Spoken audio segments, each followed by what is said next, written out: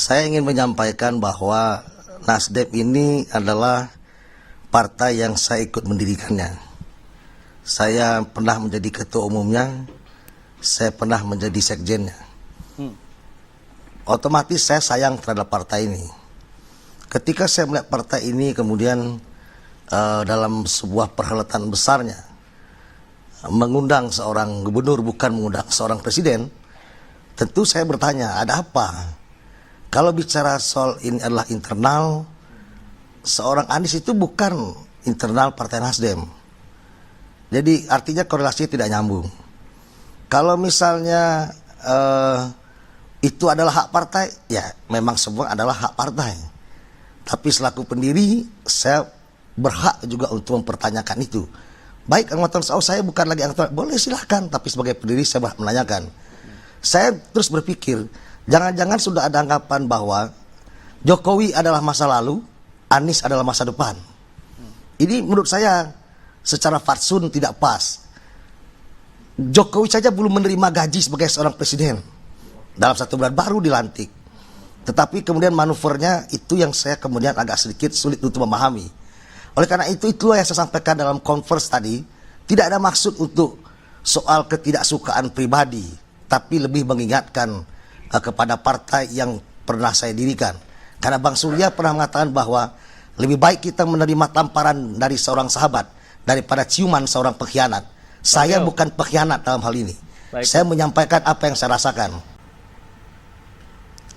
Enggak, gini, publik tentu berspekulasi ya. Melihat bahwa kehadiran Anies dalam Kongres itu bukan sebuah ujuk yang tiba-tiba. Ada rangkaian manuver-manuver politik sebelumnya. Nah oleh karena itu jangankan saya yang ikut mendirikan partai ini nih, dan dekat sama Bang Surya, orang lain apalagi tentu bertanya, ada apa ini?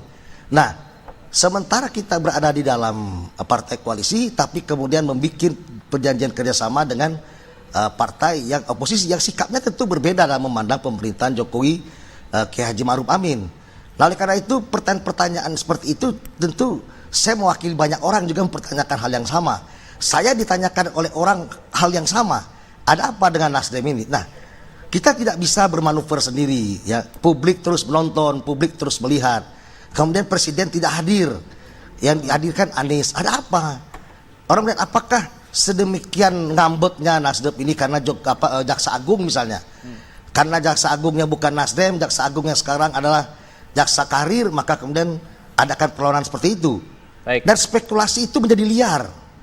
Dan wajar orang bertanya. Jadi pertanyaan itu daripada saya menjawab pertanyaan, lebih baik saya tanyakan, saya sampaikan di depan publik. Baik. Dengan maksud untuk mengingatkan itu.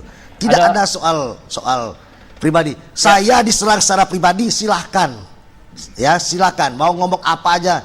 Ngomong saya pernah di penjara, silahkan. Baik. Saya tidak peduli.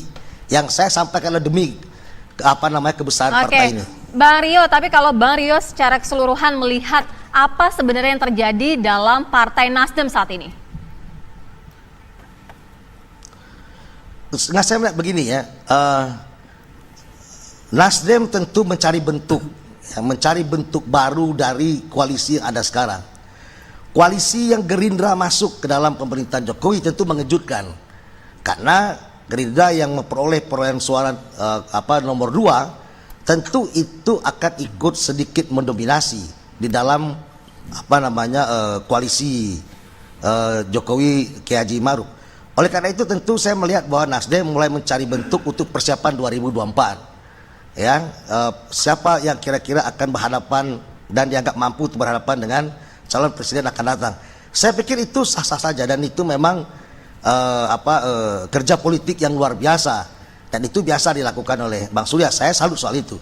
Tetapi ada soal pantas ketidakpantasan ketika di dalam Kongres sekali lagi Anies dihadirkan dan presiden tidak dihadirkan dengan alasan bahwa ini soal internal. Itu tidak bisa dijawab sedemikian mudah dengan hal seperti itu, karena bagaimanapun juga acara ini acara nasional, acara Kongres, bukan acara muswilnya DKI, bukan acara muswilnya Nasdem DKI Jakarta. Baik.